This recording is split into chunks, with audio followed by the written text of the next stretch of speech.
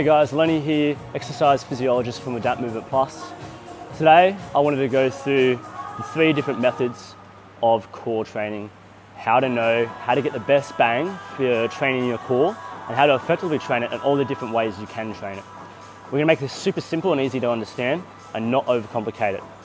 Okay, so the reason I wanted to address this to start with is I had someone come up to me the other day and said there's no good videos online addressing different ways to actually train the core and how to train it effectively. So I wanted to address the 3 main ways, or the 3 only ways that the trunk or core can be trained. All right, so let's jump into the first one straight off the bat. So the first one we have is probably the most common way of training the core or the trunk. I'm gonna call it the trunk. Is flexion. So flexion would be commonly associated with something like a sit-up or something like a cable ab crunch. Anything where we're curling the spine down inwards, trying to get our chest towards our hips, is called flexion. The opposite of that is extension. That's extending the spine back up. The second way we can train the core is through rotation. That is rotating at the trunk without moving the hips. The third and last way we can train the core is through lateral flexion. Similar to flexion, we're just doing it laterally now. So that is going from side to side.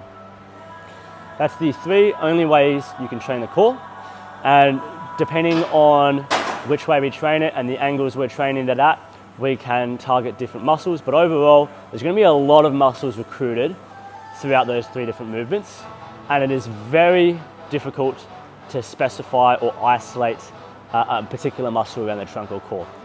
It is basically impossible to only target one particular muscle because there's so many different muscles being used. So if anyone prescribes you a specific exercise for a specific muscle, no doubt it's probably bullshit if they say that that's the main muscle that's only being worked, because there are just so many different muscles that are being recruited all the time. That is to say that exercises can't be prescribed for a particular purpose, that is maybe strengthening something like the multifidus or the quadratus fleborum or the commonly known 6-pack, aka rectus abdominis. We can certainly bias certain muscles, but to be able to specify and isolate one particular muscle is near, if not impossible. So once again, recapping, 3 different ways to train the trunk: flexion and extension, lateral flexion, and then rotation as well. I'm going to put up another video with basically outlining different progressions for these 3 movements. So make sure you stay tuned.